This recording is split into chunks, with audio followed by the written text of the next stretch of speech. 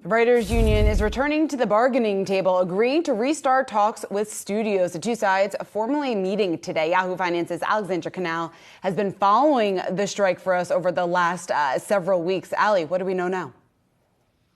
Well, Shauna, remember, this comes after talks fell apart last week. So it's certainly a positive story and what's been a very long journey so far. The writer's strike surpassing that critical 100-day mark. We'll see if these talks can lead to anything substantial. Now, last week, the WGA said that studios approached them with a template of a deal that was modeled off of the agreement that they struck with the Directors Guild of America. Now, the WGA was very offended by that, considering all of these guilds have pretty different ones. A large sticking point there being streaming residuals, how these writers get paid for projects that continue to boom on streaming services. Another big point is the amount of writers that are needed to staff current projects. The WGA has said that studios are trying to really squeeze as much as they can out of writers. So instead of assigning a project with 5 writers, they are assigning a project with 2 writers and making those writers work even harder. So that's a big sticking point as well. We know the WGA, they've been very brazen in their language. They have consistently said that they will not go down without a fight, and they really want a deal that is as fair and as equitable as possible. So we'll see if we make any progress as those negotiations restart. But by and large, this is a positive thing, considering these two sides have really seemed to be so far apart for so long. Ali, we know studio executives have been asked about this and the impacts of the strike in some of these earnings calls. What have we heard from them, and what are the chances, you think, of the studios kind of breaking the longer this goes?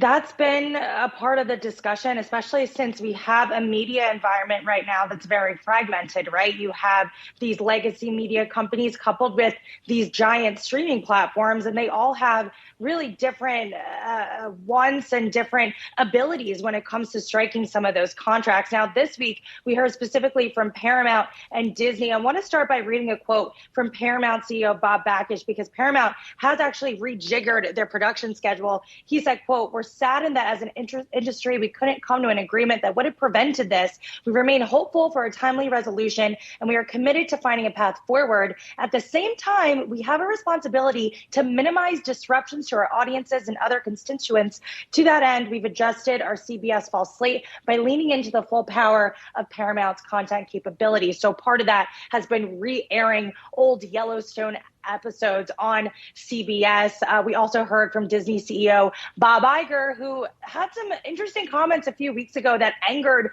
a lot of WGA members. But on the earnings call on Wednesday night, he had a much more muted but sympathetic tone. He said, quote, "Nothing is more important to this company than its relationship with the creative community, and that includes actors, writers, animators, directors, and producers. I have deep respect and appreciation for all those who are vital to the extraordinary creative engine that drives this company and our industry. That is my fervent hope that we quickly find solutions to the issues that have kept us apart these past few months, and I am personally committed to working to achieve this result." And that's really the language we've heard from all of these studio executives on these earnings calls. They want a resolution as quickly as possible. They say that is paramount to their business operations moving forward. But if they're not willing to bend on certain things that the writers and the actors want, I just find it really hard that we're going to get a resolution quickly. And right now, there seems to be a lot of division. So we'll see